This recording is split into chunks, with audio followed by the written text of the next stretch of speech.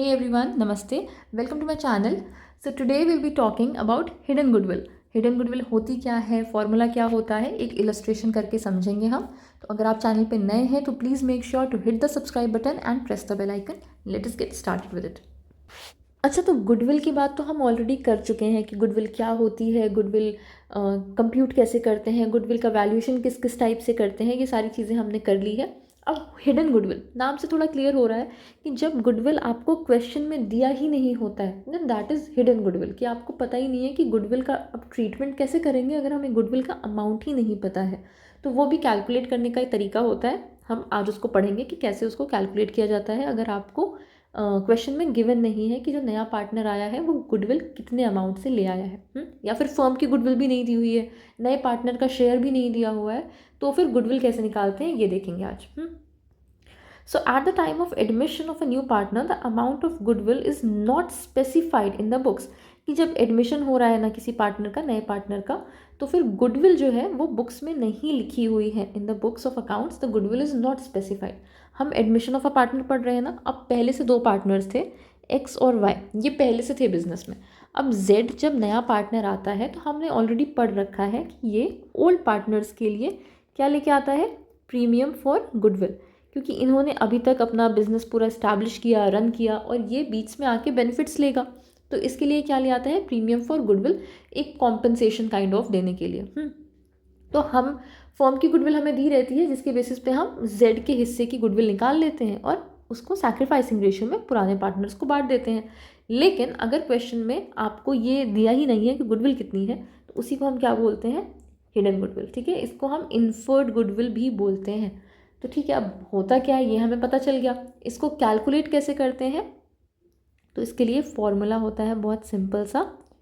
So goodwill is equal to net worth of the firm minus adjusted capital of all the partners. अब net worth of the firm कैसे निकालते हैं अभी तो मैं question से बताऊंगी, अभी एक बार रफली बताती हूँ. देखो, जो अभी हमने यहाँ पे एग्जाम्पल लिया ना कि एक्स और वाई पहले से पार्टनर्स थे. मान लीजिए कि एक्स और वाई पहले से पार्टनर से, नया पार्टनर आया जेड. ठीक है, Z is admitted in the firm for 1/3 share. आपको क्वेश्चंस ऐसे, अब हम लोग पढ़ भी चुके हैं पहले से, आपने देखे होंगे क्वेश्चंस कैसे लिखे होते हैं कि एक्स और वाई थे 3:2 के रेशियो में, और उसके बाद z किस रेशियो में आया, 1/3 रेशियो के लिए z भी आ गया. अब z कुछ कैपिटल ले आया होगा अपनी, तो ये भी हमें क्वेश्चन में लिखा रहता है कि z अपने लिए कितना कैपिटल ले आया. रफली मान लेते हैं 50,000 रुपये कैपिटल लेके आया. हमें क्या निकालना है, net worth of the firm निकालना है. Net worth of the firm कैसे निकालेंगे, अगर हमें पता है कि 1/3 शेयर के लिए 50,000 की कैपिटल है, तो पूरे 1 शेयर के लिए, 1 शेयर मतलब पूरे 100% के लिए, या पूरी कंपनी के, पूरी फर्म की कितनी वर्थ हुई, फर्म की कितनी कैपिटल हुई, 50,000 इंटू 3, जो कि हो जाएगा 1,50,000. तो ऐसे आपका net worth of the firm आ जाता है, minus adjusted capital of all the partners. All the partners मतलब old partners plus new partner. तो पुराने पार्टनर्स कौन कौन से थे इसमें, एक्स और वाई थे. तो एक्स और वाई की एडजस्टेड कैपिटल और जेड की, देखो जेड में तो कोई एडजस्टमेंट ही नहीं होगा, जो नया पार्टनर आया है भी तुरंत आया है उसकी कैपिटल में तो कोई एडजस्टमेंट नहीं होगा, तो इसका तो 50,000 एज इट इज़ ले लेंगे. बट एक्स की कैपिटल और वाई की कैपिटल में ना हम सारे एडजस्टमेंट्स कर लेंगे.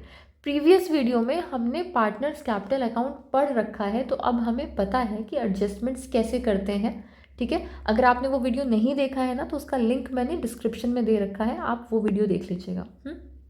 अब देखिए, एक क्वेश्चन करते हैं, क्वेश्चन से आप थोड़ा क्लियर होगा.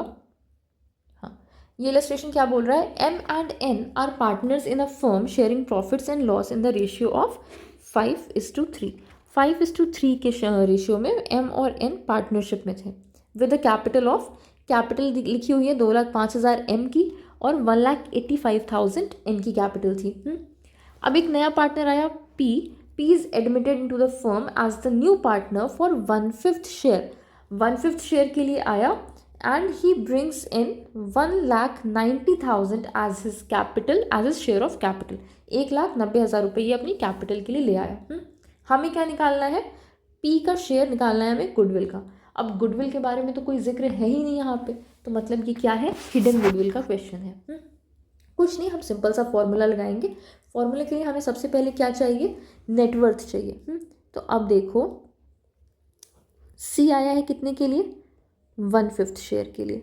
1/5 शेयर के लिए कितना कैपिटल लेके आया है, 1,90,000। 1,90,000। अब पूरे एक शेयर के लिए या पूरे 100% के लिए कैपिटल कितनी हो जाएगी, 1,90,000 इंटू 5 विच इज़ 9,50,000। ठीक है, अब हमें क्वेश्चन का पहला पार्ट मिल गया। नेटवर्थ ऑफ द फर्म हमें मिल गई, कितना आ गया, 9,50,000। सेकेंड पार्ट हमें क्या निकालना है, adjusted capital of the partners. अब देखो इस क्वेश्चन में, इस पर्टिकुलर क्वेश्चन में कोई एडजस्टमेंट नहीं है, तो हम सीधे सीधे कैपिटल निकाल लेते हैं, एम, एन और पी। एम की कैपिटल कितनी है, 2,05,000। 1,85,000 है एन की कैपिटल, और पी की कैपिटल है 1,90,000। कुछ नहीं, बस तीनों को ऐड कर देंगे और कितना आ जाएगा, 5,80,000। ठीक है, अब हिडन गुडविल कैसे निकाल लेंगे, हिडन लिखने की ज़रूरत नहीं है हमें, हम सीधे गुडविल लिख सकते हैं।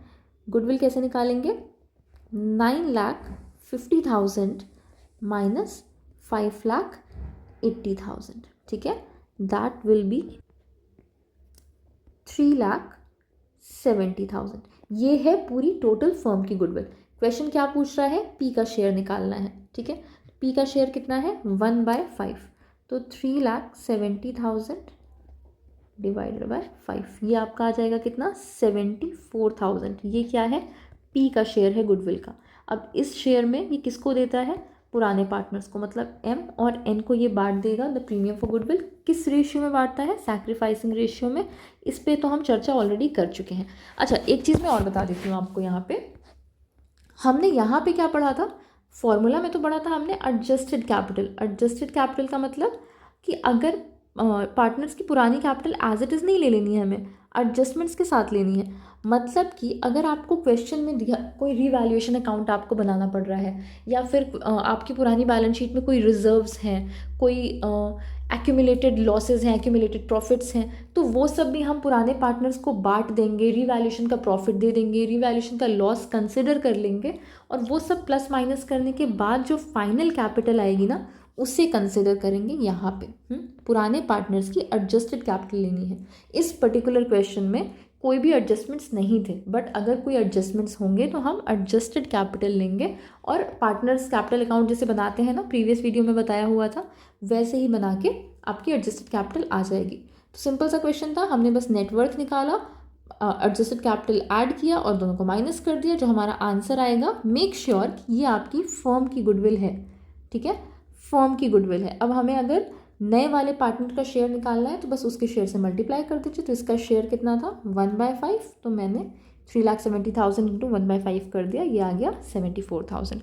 बहुत सिंपल सा छोटा सा टॉपिक था। अगर इसमें कोई डाउट हुआ हो तो मुझे कमेंट करके बताइएगा। अगर लेक्चर पसंद आया हो then please give this video a thumbs up and subscribe to my channel.